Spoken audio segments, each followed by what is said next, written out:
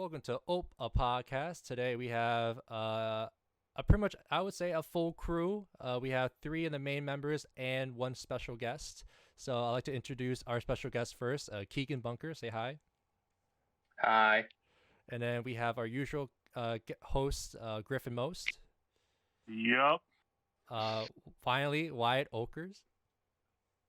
And myself, Jason O. Missing today is Laurence. We have no idea what's he doing, but probably writing essays or reading. Yeah.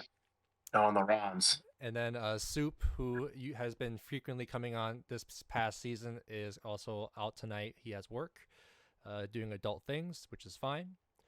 But for today's podcast, we will be, I'd say, an action-packed podcast for this week because we are going to recap the Northwestern game, preview our next game this Saturday at home against the Illini, and then also discuss two new topics that broke this week, particularly the Gophers being ranked at number 20 in the college football playoff rankings for their first week. And then, of course, PJ Fleck, our head coach, was given and signed a 7-year contract extension, so he'll be on contract with the Gophers till 2028. So those would be our 4 discussion points today, and the fifth, if we have any hot takes, we'll pitch it in. So, gentlemen, the Gophers beat the Northwestern Wildcats 41-14, stomping them. We had 442 total yards, time of possession at 40 minutes. Both teams had at least one turnover, and the Gophers had 27 first downs versus the Wildcats 13. Yeah, where do you want to start, guys? As a battered Gopher fan, at least at the hands of Northwestern, starting in 2015, this game was like very enjoyable to watch. It's been like a long time coming, I'll be honest. Now you mention it, 2015, 2017, we lost in Evanston. We won in 2019, yep. But that was still a good Northwestern team, I think. Mm-hmm. And then we beat them again. I was like, okay, did we finally break the curse that we lose in Evanston? Twisted Tea is a refreshing hard iced tea made with. It was also fun to watch in the aspect of who's lining up in what position next. Right. Like, we just never know.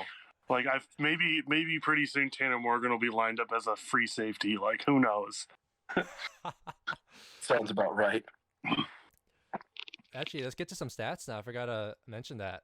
Tanner Morgan, I'd say had a pedestrian day, but it's still, he did what he needed to do. 12 for 17 for passes, 134 yards, no touchdowns, but one interception.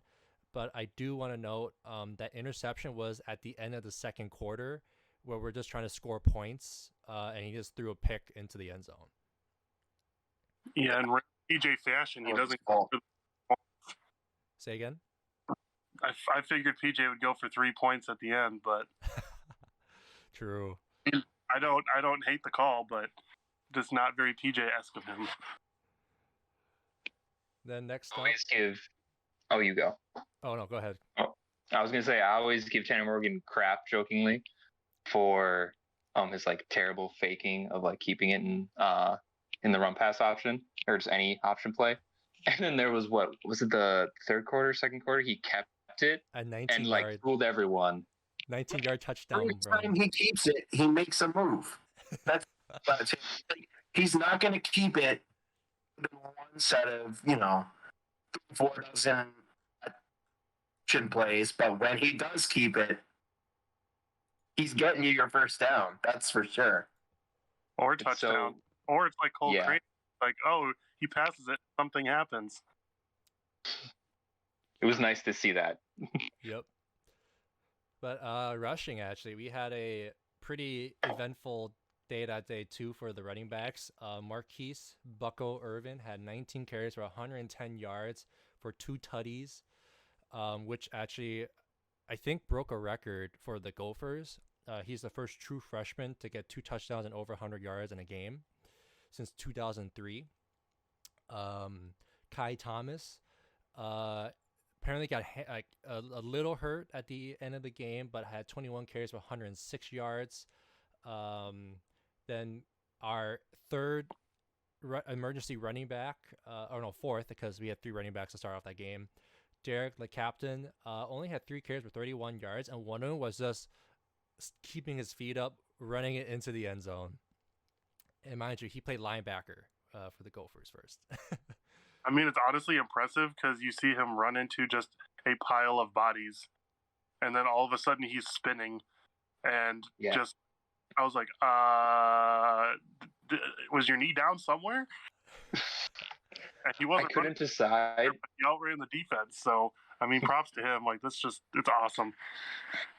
I couldn't decide if that was just like him just being just extremely physical and like yards after contact, or just like, wow, this Northwestern defense was just pitiful to watch. I couldn't decide which end it was. Yeah, but no, Derek the captain is our pretty much at this point our third stringer running back for the remainder of the season, so we'll take it. A makeshift emergency running back. I love that. Next up, Tanner Morgan, our captain. Captain Morgan. 3 carries for 29 yards. One of them was his 19-yard run for a touchdown. Then Cole Kramer, our Wildcat QB, had 5 carries for 23 yards. And then Bryce Williams, before he went down with injury, had 2 carries for 9 yards. But he got hurt on his reception, so he caught the ball on the screen pass and ran down 19 yards down the sideline before I think he landed, or the Northwestern defender like hit his leg in a awkward situation or injury there. So, but yeah, that's our running backs. All right, receiving. Our lead receiver was Mike Brown-Stevens for 4 receptions for 63 yards. Then pretty much one catch for all these players were Bryce Williams, Dalen Wright, Daniel Jackson, Kai Thomas, Chris Ottman-Bell, 2 for Bucko Irvin, and 1 for Brevin Spanford, to the total of 134 yards combined on the offense. I love our receivers because they make plays when they need to make plays. But it's the one thing that scares me about this offense is that Tanner is only throwing the ball about 15 times a game. And when you go deeper into bowl season, or maybe another non-conference matchup, you might need to rely a little bit more on your passing. But it seems that every time we run the ball in an out-of-conference game like Georgia Tech or Auburn, it also just seems to go our way at the same time. But as we've kind of seen from Iowa, their strong point is their defense. But if you are relying on your defense to win you every game, eventually they're going to get tired, they're going to wear down, and you need the offense to complement you at least a little bit. If your offense can't put up points because your defense is on the field for 40 minutes a game, you have a problem. And that's the only problem I see going forward, is that I love our receivers and they can make plays, but I want Tanner Morgan throwing the ball maybe 25 times a game at least. And I want PJ to know that we will still not lose our identity of pounding the rock because of that. But these Tanner Morgan deserves reps, and all the receivers deserve more targets. I mean, we have talented players. Let's use them. Actually, while I was watching the broadcast on Saturday, they noted an interesting fact. The Gophers are 4th in the country in terms of their how much they run the football compared to how much they pass the football. And I guarantee you can name all 3 teams that are ahead of them in running the football. Army, Navy, Georgia Southern? No. Army, Navy, Air Force. The service the military academies. More than us, and that's it. That's the only teams. It's like 70% is the split for us, which is insane to me because, Tanner Morgan's supposed to be one of the better quarterbacks in the country, and I do believe that he's playing well. I don't really think that he's getting the chance to showcase what he's really capable. So I agree with Griffin here. put the ball in Tanner's hands 25 times a game. Let him chuck the rock a little bit. See what he can do. Because he's got some playmakers catching the ball, too. Yeah, it feels like every terrifying Gopher game is always terrifying because the 12 times we throw the ball, it's not connecting for 12 yards like it does when we actually do well. And that makes me very nervous if that's what we're going to keep doing going forward. Yeah.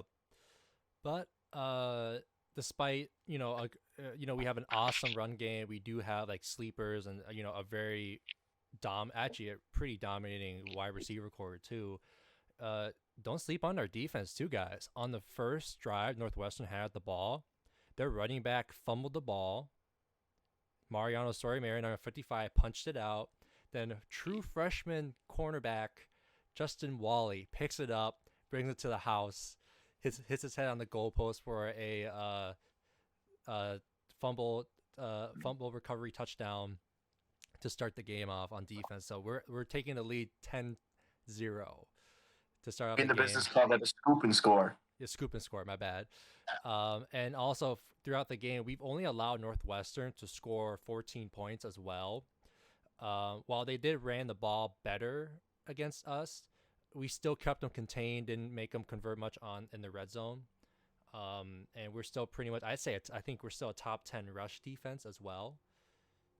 So a solid day on the defense for those boys as well. So again, defense for us has been bend but don't break this season, and I like that.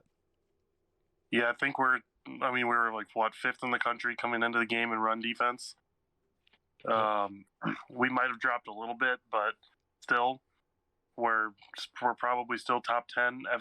Evan Hall is a solid back. I mean, props to him. I was gonna say the only reason we dropped was because Evan Hall broke off a couple of big ones. Yeah. How would you take out 2 plays and suddenly we actually shoot up? I think. Yep. And also too, Pat Fitzgerald replaced his quarterback Ryan Helinski, who went 1 for 6 for the day, with Andrew Marty, who was 10 for 16 and had 2 touchdowns in the end zone. I mean, it didn't look like Helsinki could even throw the ball more than 10 yards. Yeah. I mean, he threw one pass for 5 yards. Not only did he not look confident, he just did not look fundamentally sound. A QB rating of 3, I might add. Ouch. They breed him well in Evanston. And next piece on special teams will make Wyatt very happy. Matthew Trickett was finally 100% for kicking, 2 for 2 for field goals. His long was only 30 yards, but we'll take it. And then he was 5 for 5 on extra points, racking up 11 points total this game for himself. And punter Mark Crawford didn't punt most of the game until one time, where he punted for once for 46 yards, and that is it. We take that average. Yep. 46 yards is a good average in college. We take that. Yep. But other than that, that's pretty much it in terms of stats wise for our Gophers over this win against Northwestern. But I do want to add, Gophers winning last Saturday and Wisconsin taking the W over Iowa. Gophers are now sitting alone at the top at the Big Ten West in first place, with Purdue, Wisconsin, and Iowa sitting in second. Oh, actually, technically, Wisconsin's second because they take the head-to-head over Iowa and Purdue. So Minnesota, Wisconsin, Iowa, and Purdue. Yeah, something like that, yeah. But that's currently roughly like the top 4 teams in the Big Ten West right now. And like they've said about a million times on the air, every team controls their own destiny. Wisconsin's getting hot. The Gophers are ripping off some solid wins here. I think the division will come down to head-to-head games. Someone's gonna have the same record as someone else, and they're gonna look. The last 2 weeks of the season, they're gonna be real interesting if we keep up this race. Yeah. Hopefully, we don't have another one of those weird-looking co-Big Ten champion trophies again. That's just weird. Oh, that was annoying in 2019. Ugh. Want to throw that away. It's not right. No. Especially with sharing it with Wisconsin. Right, and they kicked our butt. In the snow with college game day there, man. 7-0. Oh. Yep. And then that way. But all right, next up, this Saturday at Huntington Bank Stadium, our Gophers will be playing against the Illinois Fighting Illini. It's a 11 a.m. Central kickoff, so morning game. Rip our former marching band as they had to go at 6 a.m. practice. I don't miss that. Right now, some key items in terms of the money line and stuff and betting odds. Gophers is favored minus 14.5. Over under is 44. ESPN's football power index is favoring the Gophers 84% to the Illini 16%. And just to rattle off some details about the Illini's current, like the last 5 games they played, they lost to Rutgers last weekend, 14-20. They beat Penn State at the time, number 7 Penn State in 9 overtimes, 20-18. They lost to Wisconsin 0-24. I don't know who is this CLT, this like non-conference team, 24-14, and Purdue stomped them 9-13 the week before that. So they're right now overall record is 2-4, no 3-6, but 2-4 in conference play. This is what we call a trap game. Yep. This is one of those ones that you have to be real careful in because otherwise you get a result like the Bowling Green game. It feels like Illinois, the beginning of the Penn State game, just woke up and just remembered how to play football all of a sudden. Because like the first half of the season, or I guess not first half, but first 3 games, like not enjoyable football to even watch. And then all of a sudden, like they actually have a defense. And now if our like running back situation is still questionable, like my like nightmares are just filled with Bowling Green all over again this week. Yeah. Yeah. This is just a team to take lightly. It's a team that's, had some bad losses. They lost to Rutgers. They lost to Purdue. But this is a team that also beat Nebraska week 1, beat Penn State, forced Penn State to 9 overtimes. So, like, going into this game sleepwalking. It's one of those games where we have to remember that this is a game we have to take seriously. This is still a Big Ten opponent, and we still got to handle our business. And PJ will still treat the game that way. I have no doubts. Illinois, regardless of their record, has some really good players on their team. I'm looking at Jake Hansen, linebacker. He's always a problem. He is smart. He can read a quarterback's eyes. If he sees Tanner locked in on his first read, I'm sure he's going to, take a half step, do a full step, or maybe a little jump towards that way. So if there's a turnover in this game, I'm saying Jake Hansen either intercepts it or tips it. And then Devin Witherspoon is a really good tackler as their DB. We will probably see him up around the line of scrimmage, either maybe disguised as a blitz, maybe dropping back. I don't know. Lovie Smith liked to play cover 2 defense a lot, but I haven't really watched too much Illini football this year to know what Bulima's staff does. But they still have some talented players, so they're not something we want to overlook either. Yeah, looking at offense too, their running back Chase Brown is very Melvin Gordon, Jonathan Taylor-esque, your large, like sturdy, stocky running back that just grinds the ball on the ground. But the thing is that it's just, in terms of running back, it's just Chase Brown. If you look at it in terms of like, he is their one best player on the offense. And then their second best, I would say, is quarterback Jason Peters, who's back from injury as well. So like on offense, last game, Jason Peters had a pretty solid game too. against Rutgers. It's just they couldn't hold Rutgers on defense, and Rutgers scored pretty much. But you guys said it best. We should not be sleeping on the Illini, and knowing PJ having 1 week championship weeks essentially against each opponent, I think that's going to be very, very crucial for this offense and defense for the Gophers. And just quickly look at the Illini, in terms of team stats for the season, they've scored only 17.1 points a game versus our 28.4. But they allowed 23.3 points versus our 18.9. So that seems very deceiving too, because again, they win games by not scoring more than 20 points. I'd say. Then total yards on offense, they have about 145-ish on in the pass and 180 on the ground. But then their defense has allowed 242 yards in the air and 160 yards on the ground. So their defense will let us run, but they're not gonna let us get those big bursts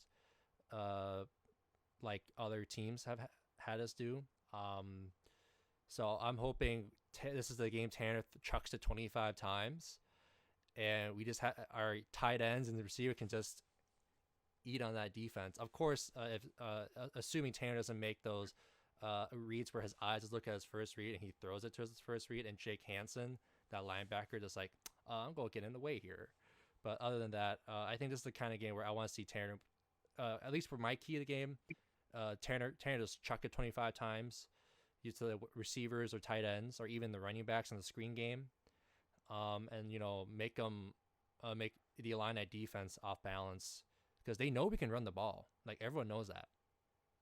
Just chuck it. Yeah, I think we'll rip off some big runs in this game, because we'll play the time of possession game exactly like Northwestern, and their defense is going to be out there too long to not. We're going to wear them down enough where the big runs are just going to happen. They're going to have to throw in different linemen, sub them out. It is what it is. Quarterbacks, both of their quarterbacks, Stefanski, Rutgers transfer, and Peters. Peters has never fared well, but their completion percentages are both only 50%. They only average 5 yards a throw. So they play the short game, which is what we like to do sometimes as well. So as long as we play down to their game, we should be fine. I want to give some love to our O-line. We keep saying that we're kind of nervous about our run game with the injuries, but end of the day, we're literally putting random guys in our backfield, and the O-line's doing work and just getting those guys through for the runs that matter. So with this defense, they have been on a roll, the Illini, but I am confident on our front guys to do well this game.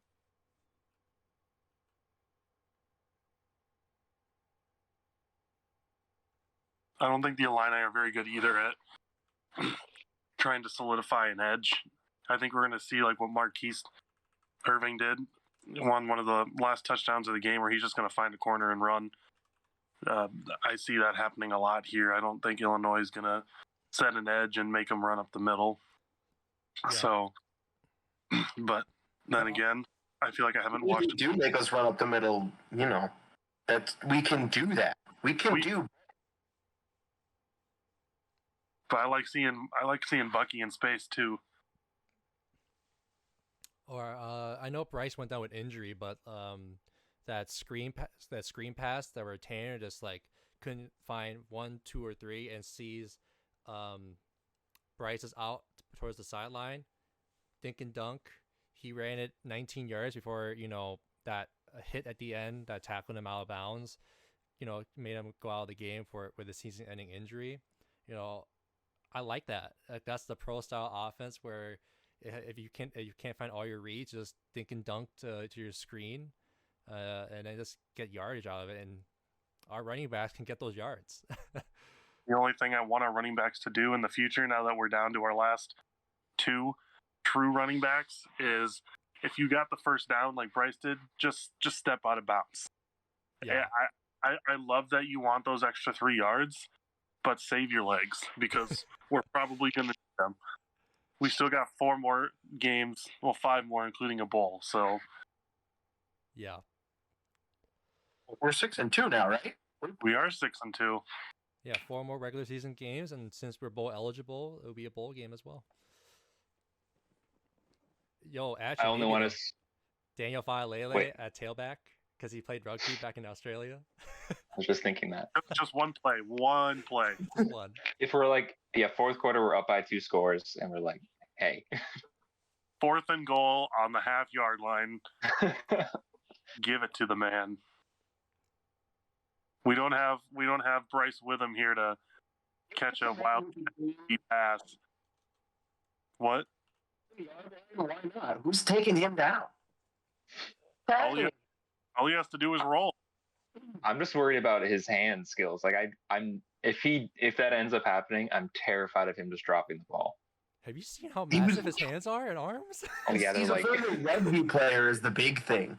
Like, Put it on his he can rapid handle- pressure he can stomach and handle fall forward. Fall. All he has to do is fall. Just open up a hole for him. He'll just. I mean, or just even not open the hole for him. You'll find a small seam and make it big. Also, we haven't done this play in a while too. Remember in 2019, I know we used this play against South Dakota State, and I think you guys remember that game was a very close game. But in South Dakota State, we called the Philly. So essentially, Tanner handed it off to the running back, gave it to the receiver, and they tossed it into the end zone to Tanner. I think that was for a 2-point conversion, but I want to see that too because Tanner, again, like he can be stealthy sometimes too. So if he can do that, I'll take it. Didn't they try in the Northwestern game? Or maybe I'm thinking of a different game. I thought They tried something. And like when they tried that, I feel like they don't run those plays even in practice enough to be like, something always goes wrong. Like, okay, like sure, flickers. right? It's like, okay, the receiver has it, but now he either has to A, throw it away, or B, just loses like 3 yards because he can't find the edge. Like, just at this point, I'm sure you can throw it in there every once in a while, but we know we have our recipe, we have our bread and butter, we know what works. All right. We wait 30 seconds on this. 1-word answer, 2-word answer, I guess. We mentioned bowl game. What's your way too early bowl game prediction? Oh. Don't want to spend too much time on this, but because it wasn't on our schedule, but just go for it. All right. Gator Bowl. Just give me California somewhere. That's what I want. Anything in Cali. Just something in Cali. We're going back to the Citrus Bowl. I'm thinking Detroit year 3. Oh no. Whoa! Oh. I don't want it. No, wait, no. Detroit is Detroit. I don't think Detroit or the Quick Lane Bowl isn't on the list anymore for Big Ten. Oh, it's not? Oh, good. I'm glad I'm wrong. Is it ACC and MAC now? Yeah, it rotated, so now Big Ten has a different contract with a different bowl, and ACC has that, or we just lost the contract outright, or something like that. So yes, so sorry, Keegan. No. So it means that Clemson's Detroit. going to the Quick Lane Bowl. Oh. Oh, actually, Can though, you imagine? the bowl game I would hate to see the football team and our band and fans to go to is going to be the Pinstripe Bowl in freaking New York City in the cold. Oh God, what a crapshoot! I was going to say pinstripe. Rutgers is going to have to deal with that one. Yeah. But no, great segment there, Keegan. Awesome. But looking ahead, Love that. score predictions for this game. So I will start off preseason, and I still think this is going to be a win. But I think the score is going to be closer than some of our previous games. So I'm going to say 28-14. Excuse me. And like the Illini scores a touchdown in the fourth quarter to make it 14-28. They have the ball for the last 5 minutes. They get to the end zone, and somehow we stop them and seal the game. All right, who wants to predict it next? I'll go next. My guess is 21-16. Gophers. Illini get 1 touchdown, but then just off of mediocre drives and 1 turnover, they just get a few field goals in and scare us, but the Gophers can still hold out. Griff?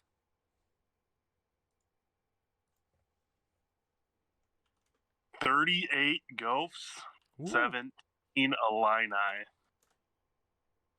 Was that a 17 or a 7? 17. Smash the over button. I don't want to disrespect Illinois that much.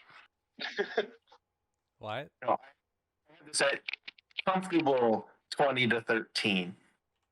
All right. Define comfortable. When is that ever comfortable? Another Purdue score? We're games where it's like 20-6 in the third quarter, and then they score a touchdown sometime in the fourth quarter. That's just garbage. Okay, that makes Okay, sense. yeah. All I'm saying is I'm betting on the Gophers' money line and the over in this game. All right. I'm parlaying that, baby. You heard it here first. Awesome. Who's gonna be at the game this Saturday then? So if any fans that listen, they can see you guys. Keegan? I will be there as always. I got a game. I will not. Sorry, I'll be in Chicago. In quarantine. You're in Ooh. quarantine, you said? I know I'm self-isolating because I got exposed to COVID. Uh-oh. Ooh, Uh-oh. fun. Uh-oh. All We'll right. see if that turns into a quarantine.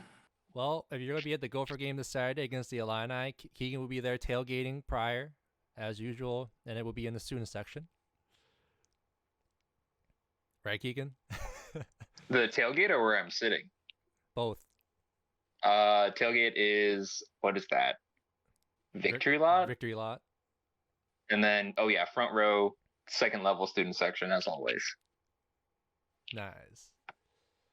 All right, so that wraps up our predictions and our preview against the Fighting Illini. So guys, next segment, the College Football Playoff Committee has released their November 2nd first week rankings. And here is the ranking so far. Number 1, Georgia. No reaction? All right. Listen, Georgia is almost undeniably the best football team in the country right now, hands down. I don't think that anyone's surprised to see Georgia at 1. All right. Number 2, the Alabama Crimson Tide. Wow. That's all I got to say. Right. I concur. Didn't they lose to A&M by a field goal? Some serious rage about this one. I probably would have put him at like 5 or 6 to be honest, if it was me, but I am disgusted. I am multiple undefeated teams in Power 5 conferences and they somehow fall short of Alabama as a team that has and hasn't played Georgia and doesn't have to play Georgia. Yeah. But then number 3, Michigan State at 8-0, beating Michigan last weekend with that comeback in the second half. Pleasantly surprised on this one, actually. I really thought that Michigan State was going to get, kicked to the curb in favor of, an Ohio State team that's lost game to Oregon. But, it's a pleasant surprise to see Michigan State getting the respect they deserve for gritting out football games. And I just wish they would have been above Alabama. Hang on. I got the right audio and moment for this.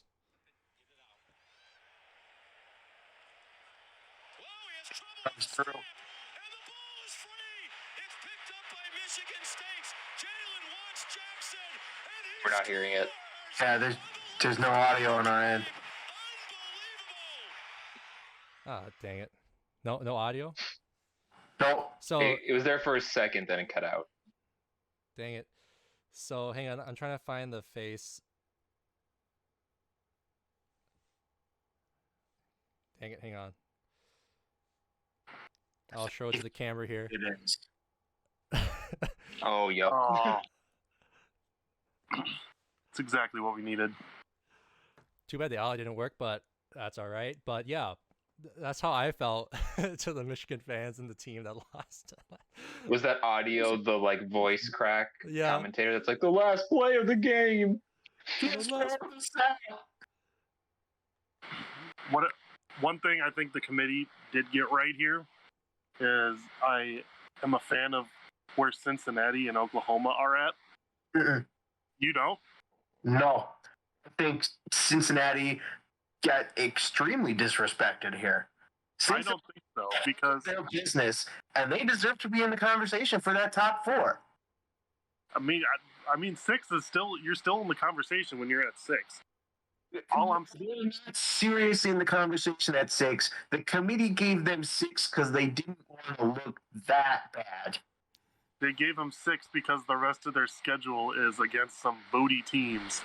That's all I gotta say. And Oklahoma, we saw what happened when we put them at 3 or 4 a couple years ago. They just got absolutely Schlacked. blown out. So, you're 9-0 Oklahoma fans. I understand you. I see that. I can see that. But we know history could and usually does repeat itself. I just don't know how you can justify putting an Oregon team that lost to Stanford in the top 4. Yeah, Oregon is 4 That's bad. too. That's unbelievable to me that you would put that team in the top 4. And I understand that Ohio State has their loss to Oregon, so maybe you don't put them in the top 4 either. But put a team that didn't lose a game to Stanford in the top 4.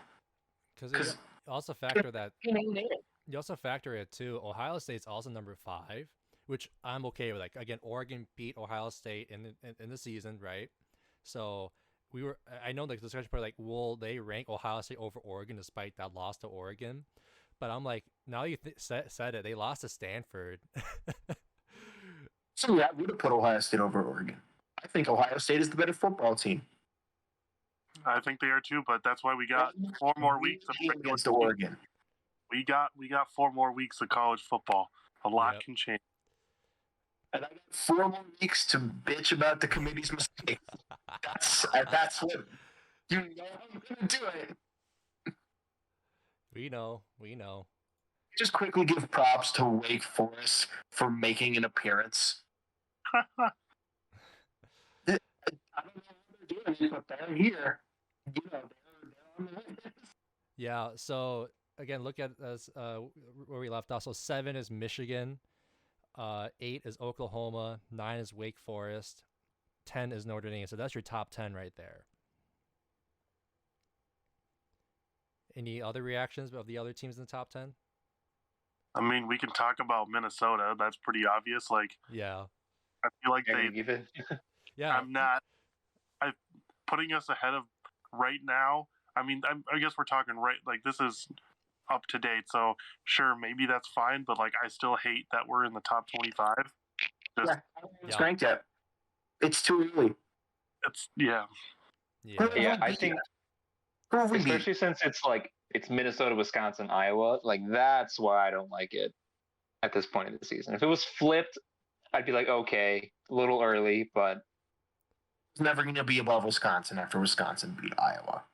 And Wisconsin isn't going to be above Minnesota until they played hot enough football for long enough. Because Wisconsin was ice cold early. They Yeah. were struggling. not good. But thing is that I do want to note too, Wisconsin's the only 5-3 team in the top 25. No, there's Mississippi State. Mississippi State's in there. Mississippi State. My bad. Never mind. There's 2 teams in there. That's 5-3. Yeah, Wisconsin's also played 5 ranked State opponents. raised eyebrows for me. I just feel like the committee put us at 20 because they saw we had 2 losses. That's all I can think of. I hate that we're 20. That's all I got to say. I love it, but I hate it.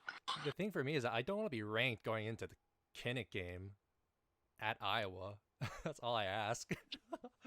After a pissed off Iowa. Yeah. Yeah, I don't like. I just For Mississippi State being ranked, I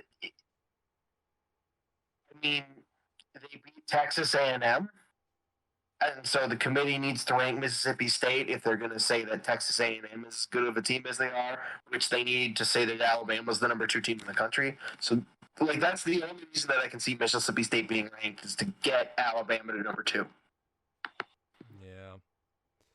Mississippi State lost to Memphis. That's all I'm saying.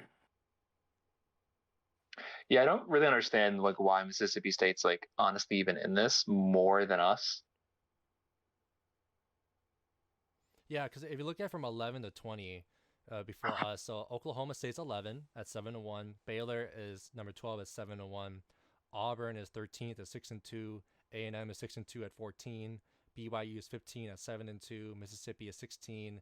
Mississippi State 17. Kentucky 18. 19 is NC State. Of course, us at 20.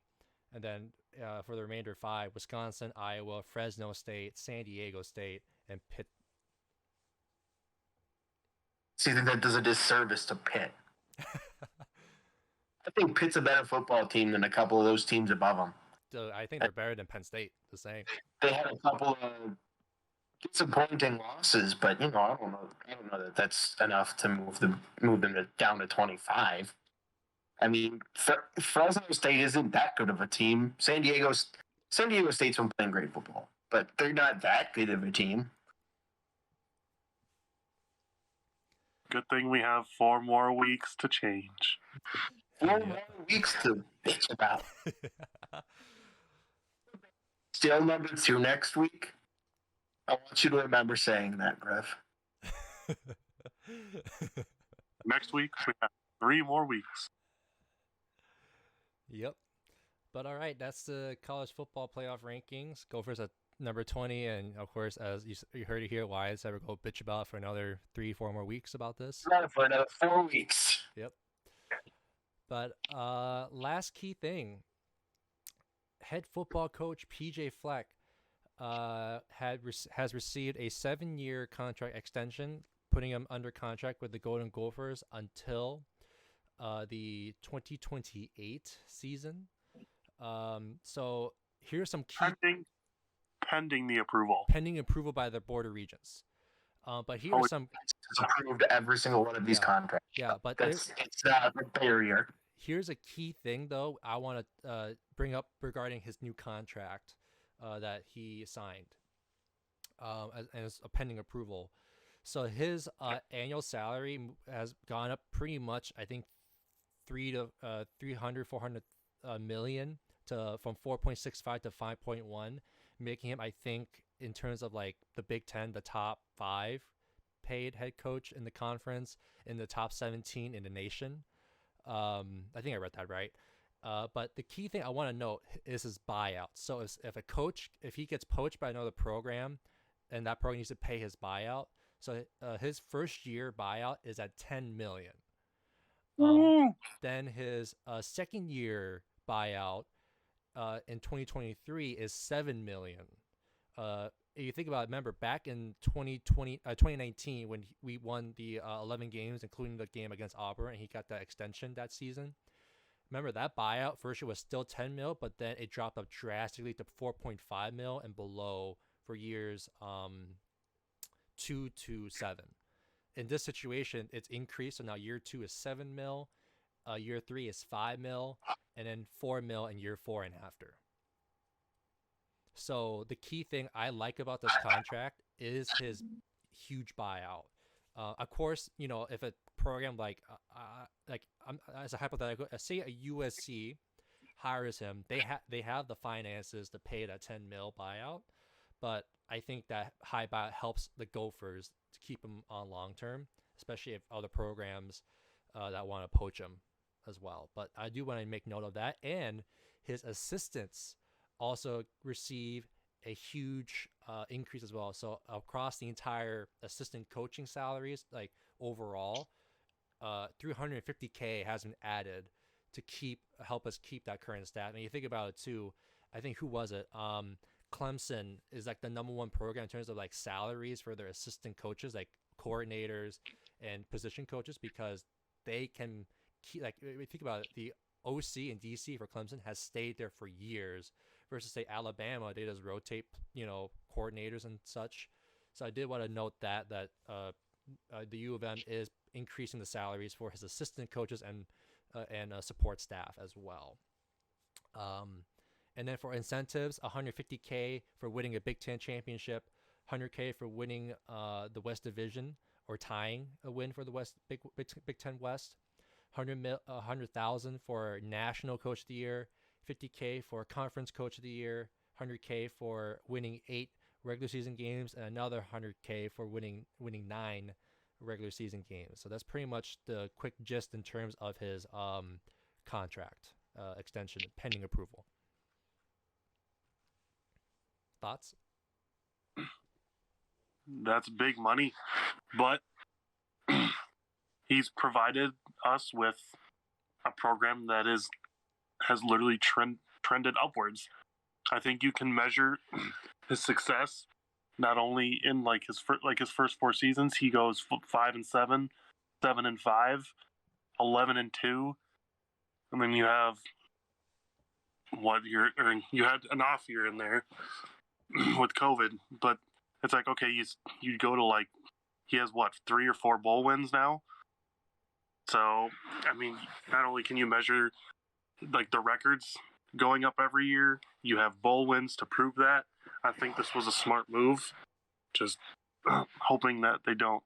And student athletes are doing better too. Better recruiting classes. I'm glad that Mark Hoyle thinks he found our guy and wants to extend him. He's already done good things, and he will continue that. Unlike Scott Frost, who in year 4 finally reaches 13 wins when he won that in one season at UCF. It's refreshing to have Minnesotans that aren't recent alumni actually just talk about Minnesota again. Because I remember growing up in the state, you didn't hear anything about Minnesota football until Jerry Kill came around, and even then bowl games, and it's just now actually having a respectable football program again. And so I love this contract extension, and I feel like most people agree with that. Yeah. Let's see what else. Wyatt, you have something to add? I mean, for what it's worth, I'm not really concerned about the buyout clause. I never have been that concerned about the buyout clause. I don't think PJ's really in a position where he has any desire to leave this program. He's come too far with us to, just walk away and try to do it somewhere else at this point. Because, he's built something special here. He's built a program that's shown that they can persevere and win football games. I don't think that he's going to let a USC poach him just because they've got more tradition. I mean, it's crazy to think too. He's doing fine under their interim head coach. If I were USC, I'd be looking at him as a very serious candidate for the head coaching gig. I mean, we talk about, was it 2017 when he was brought here? He was practicing in the old Gibson Nagurski indoor field and that one outdoor field, and I guess you have some practices at what was then TCF, and now you are here through an entire athletic village change, where now not only they're at a point where he's bringing in not only a good program, good people, he's bringing in good money, he has wins and trophies to help back it up. He is starting to build this program to where he can get all the resources and players that he needs to succeed. He has completely reshaped football in the state of Minnesota. Yep. Exactly. 100%. And I will say too as well, I think you guys remember this conversation when PJ had his press conference. He wants to be like the Iowas, with Hayden Fry and Kirk Ferentz, or in the case of Barry Alvarez and Wisconsin, even though we may, as Gopher fans, hate those programs, but you can't deny the fact that Iowa has had, long-term success with just 2 coaches, and then with Wisconsin, Barry Alvarez has had, I'd say, a footprint in everything that they do, despite his retirement coming up. So I know some people may disagree with me on that, but I think that's what PJ wants to pursue long-term wise for the Gopher program. Cultural sustainability, but if I'm taking a shot at Iowa here, a not racist cultural sustainability. True. I had to throw that in there. The end. All right. Well, that wraps up our segment here regarding PJ's contract extension. So going to a last segment, if you have anything, like any hot takes, I'll start off. Please fire Mike fucking Zimmer. So my heart can stop. Like this team, I'll say it. This Vikings team is so talented. Like they're good. We know they are. And then I was watching the Cowboys game, and we called consecutive timeouts, and by NFL rules, that's a penalty. And then in his press conference, like Zim was like, "Oh, I forgot I called a timeout." I'm like, "Holy hell!" Who's letting you do that? Who's letting you forget that you called timeout? Right. And apparently the refs are supposed to not grant you the timeout, which is like what I don't get either. It's like, okay, then the ref shouldn't call the timeout. They shouldn't grant him that timeout. But then they did anyway, and now it's 5 yards. Like, Someone's head needs to roll. Either that's Zimmer's or just offensive coordinator. Like, oh. So an insider source told me a while ago, as in Monday, that Ziggy Wilf was in the building on Monday, and he's usually never in the building on Mondays. Ooh. So Interesting. So TPO Performance Center is getting a little hot and steamy right now. The thing is that my question is, if Zim does get fired, do you think the Wills will let him coach until the end of the season, or are they going to fire him outright like they did with like other coaches, like Brad Childress? They're going to leave him till the end of the season, and then they'll pull the plug. They're not. It's too. We're too far in at this point to just pull the plug on Zim right in the middle of the season. I think. Yeah, we're not like Dan Quinn, who lost 6 games to start out the season, then get fired. But if the Vikings somehow get like the wild card, I don't think Zimmer will get fired because pre 2020 Zimmer, like Vikings loved that. But then, yeah, like I think someone's going to get fired at the end of the season. At least the offensive coordinator, whoever ends up still remaining in that seat at the end of the season. At least I hope so. You just can't lose to a team where their quarterback makes their first career start. Not like he did a great job either. He just did what he had to do. We lost to Cooper Rush. Made him look like a Pro Bowl candidate. I know. It's unacceptable. I would have rather lost to Cooper Kupp and have him torch our defense. Literally. I guess that would be respectable. We used to Cooper Kupp in the wild card round. Yeah. But I do have, even though I said I want Zimmer fired, which I do, even if we do make the playoffs, I think some people may disagree with me, but the coach that I would take to replace him, I think I want a more offensive-minded coach. Doug Peterson, formerly of the Eagles. I know. Not the first thing that came to my mind when you said that. You thought so too, Wyatt? Not the first name that came to my mind. What? I Okay. was not thinking Doug Peterson. For me, it's Doug Peterson. I'll ask the three of you then. Who do you think, if Zim is fired today or by the end of the season, who would you take as your head coach for the Minnesota Vikings? You might have to give me a sec here, but I think the one we really missed out on is Kevin Stefanski. Yeah.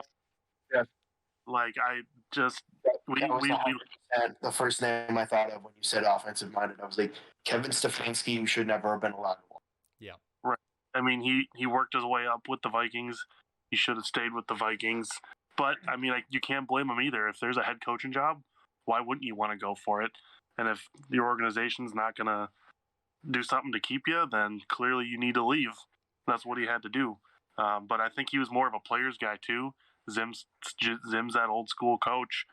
He's going to tell you to shut up and play. And Stefanski might, be a little bit more down to earth and start talking more with the players, understand them, be more of a player's coach, and make them want to play for him. And remember too, Stefanski won NFL Coach of the Year in his first season too. He took the Browns with Baker Mayfield, losing Absolutely OBJ. turn the Browns organization around. Yeah, him and Andrew Berry at GM pretty much brought the Browns back to relevancy. Of course, right now they're I think 500 or something like that. Like in terms of their record, they numbers wise they don't look great, but they've lost some close games. I'd say OBJ is being a distraction, and some of their O linemen has been injured. He has always been a distraction. Yeah, so to deal with OBJ, I think Kevin Stefanski seems to be the he's the savior of what the Browns needed, not Hugh. Is it Hugh Jackson or those or Freddie Kitchens or those other Browns coaches? So, but yes, I do agree. We should not have lost Kevin Stefanski to the Browns, but I know you said Kevin Griff, but he's over in Cleveland now. Well, we'll see how Cleveland does this season. True. With all the distractions going on there, maybe Kevin Stefanski doesn't have a job there that much longer. Yeah. And even though there was some disconnect between Doug Peterson and the GM of the Eagles, like even though it wasn't necessarily his fault, like I just did not understand some of the trades that happened.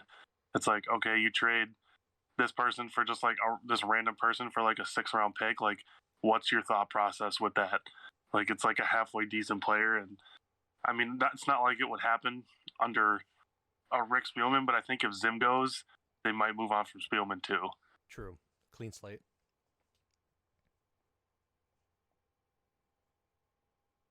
That's more surprising.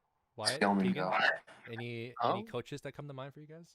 I'm never really up to date on like the current coaching pool, so I don't have a really good answer on that front. But I'm like the minority of football fans. I love defensive-minded coaching schemes, and I love a defensive-minded team. So I've loved Zimmer, except for the past year and a half. That's my one input. The other name that now that I had a little bit of time to think is Bieniemy. If we're talking, right? Yeah, I mean, everyone's talked about how he deserves a role. He's a little bit more offensive minded. Why not? Zimmer is this. I think would still be a great defensive coordinator to have on your team. Yeah. But he's gonna want a head coaching role now that he's been in one. Maybe he would. And I also want to mention too, some Vikings fans will chime in as well, or NFL fans saying, "Oh, but Kansas City is like 500 record-wise." Well, like if you think about it, on that Kansas City team, their defense is booty. They're ranked 32 out of 32, but their offense, scoring offense, they're in the top 10. They're ranked number 9.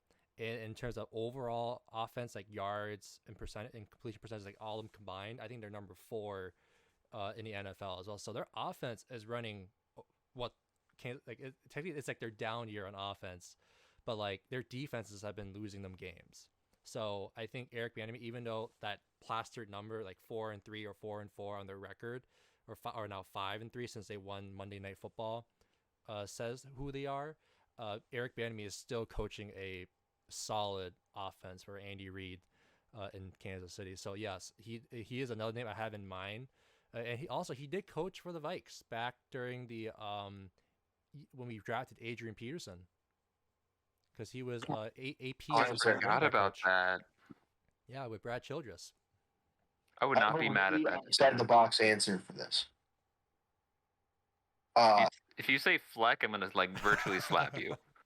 No, Byron Leftwich from Tampa. Oh, defensive coordinator, Tampa Bay. He's really, and I mean, obviously Tom Brady's his quarterback. Like we can all look at that and say, well, the GOAT stepped into the building. Obviously, their offense is going to be good, but he's done some things to make sure that he's on the same page with Tom, while still sort of having that identity that they have with Arians. No risk it, no biscuit. Yeah, and I think he's done really well, and I'd love to see him get a shot to be a head coach somewhere. Yeah, I wonder if he would even consider leaving until Brady retires. If he just like wants to like have that baby. It would really come down to the offer, I think. Yeah. But again, then again, these are names that we're spewing that names that come to mind, like the most popular names that we come to mind. But remember, what was it? The Eagles hired Nick Sirianni, and then the Chargers hired the defensive coordinator from the Rams. What's his name? Brandon Staley. So, knowing what's going to happen with the next GM or what Rick Spielman stays, I don't know who he's going to pick. Because remember, when we first hired Zimmer, I was like, who the hell is Mike Zimmer? So, Griffin, you're muted. Mike Zimmer, a guy that tried to get head coaching gigs for years and never did until the Vikings. Now we know why. I think he peaked in 17, yeah, something like that. where he got shellacked by the Eagles 38-7. Pretty much. NFC championship Yeah. game. To get the first home Super Bowl. And then Tampa won it with Tom Brady. He sucks. All right, but that's my long take, which was fire Mike Zimmer, and I want a more offensive-minded head coach. But my hot take over. Any others?